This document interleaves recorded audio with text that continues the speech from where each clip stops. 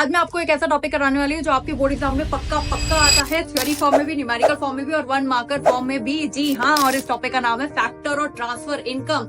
एक ऐसी इनकम है जो भैया खून पसीने की मेहनत से कमाई जा रही है, और दूसरी इनकम ऐसी है जो बैठे बिठाए मिल रही है। अरे मजा तो आ गया, लेकिन वो इनकम इंक्लूड नहीं होती नेशनल इनकम में। सबसे पहले समझते हैं फैक्टर इनकम क्या होती है। ठीक है, बहुत इंपॉर्टेंट है। नेशनल इनकम इंक्लूड होती है, क्यों होती है वो मैं बताने वाली हूँ। फैक्टर इनकम मतलब फैक्टर ऑफ प्रोडक्शन की इनकम, भैया जो अपनी सर्विसेज दे रहे हैं प्रोडक्शन पर्पज के लिए, गुड्स एंड सर्विस बनाने के लिए। अभी फैक्टर ऑफ प्रोडक्शन क्या होते हैं इसको समझते हैं एक एग्जाम्पल के थ्रू। कॉमर्स पाठशाला जैसे आपको टीचिंग सर्विस प्रोवाइड कर रहा है, राइट, गुड्स एंड सर्विस में टीचिंग सर्विस प्रोवाइड कर रहा है। अब मैंने बोला कि भैया उस बादल पे आ जाना पढ़ने के लिए, ऐसा पॉसिबल नहीं हो सकता है, तो we need to purchase a land. तो सबसे पहला फैक्टर ऑफ प्रोडक्शन है लैंड, राइट। अब आप आए हो, बैठे हो और पढ़ के चले गए, ऐसा पॉसिबल हो सकता है? नहीं ना भैया, हमें पढ़ाने वाला चाहिए, पानी पिलाने वाला चाहिए, अटेंडेंस लगाने वाला चाहिए। ये सब कौन है? लेबर है। अब इसके बाद आए हैं, जमीन पे बैठे हैं, मैम ने पढ़ाया, पढ़ के चले गए, अब भी पॉसिबल नहीं है। हमें चाहिए पूरी डेस्क विद गद्दा लगा हुआ ऑन इट, एंड साइड में हमें चाहिए एसी चल रहे हैं जी, फैन चल रहे हैं जी, लाइटिंग है बरकरार, और कोई पंखा भी कर दे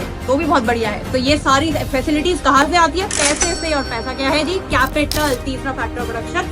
एंड फाइनली कहाँ गए थे पढ़ने? कॉमर्स पाठशाला, दैट इज एंटरप्राइज। तो ये है आपके land, labour, capital and entrepreneur या एंटरप्राइज फैक्टर ऑफ प्रोडक्शन। अब इनके इनकम क्या है? अब जैसे जो भी स्टूडेंट पर स्टूडेंट जो भी फीस वगैरह जो भी हमारे को रिसीव हो रही है, सारी की सारी जेब में जाती है क्या?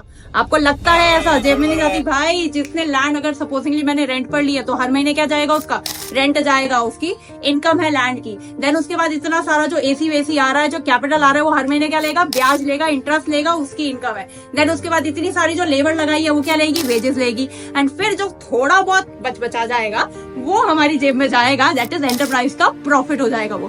फिर आता है आपका ट्रांसफर इनकम। ट्रांसफर इनकम तो बैठे बिठाए मिलती है, जैसे ओल्ड हो गई जी, ओल्ड एज पेंशन मिल गई, तो ओल्ड एज पेंशन बैठे बिठाए मिल गई, तो that is transfer income. Similarly scholarship and unemployment allowances भी आपकी ट्रांसफर इनकम है। अब मैं शेयर करने वाली हूँ golden trick for this topic.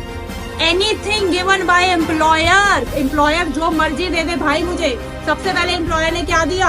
मुझे दे दिया जी गाड़ी, बंगला, लैपटॉप, कुछ भी दे दे, एनीथिंग गिवन बाय एम्प्लॉयर, वो सारा का सारा फैक्टर इनकम में इंक्लूड होगा। मेरी सैलरी का पार्ट है, कंपनसेशन ऑफ एम्प्लॉइज का पार्ट है। लेकिन गिफ्ट वर्ड आते ही वो रद्द हो जाएगा, क्योंकि गिफ्ट तो पर्सनल एलिमेंट हो गया जी। तो गिफ्ट वर्ड आते ही वो रद्द हो जाएगा, क्योंकि गिफ्ट हमेशा ट्रांसफर इनकम होता है। And yes, all the best.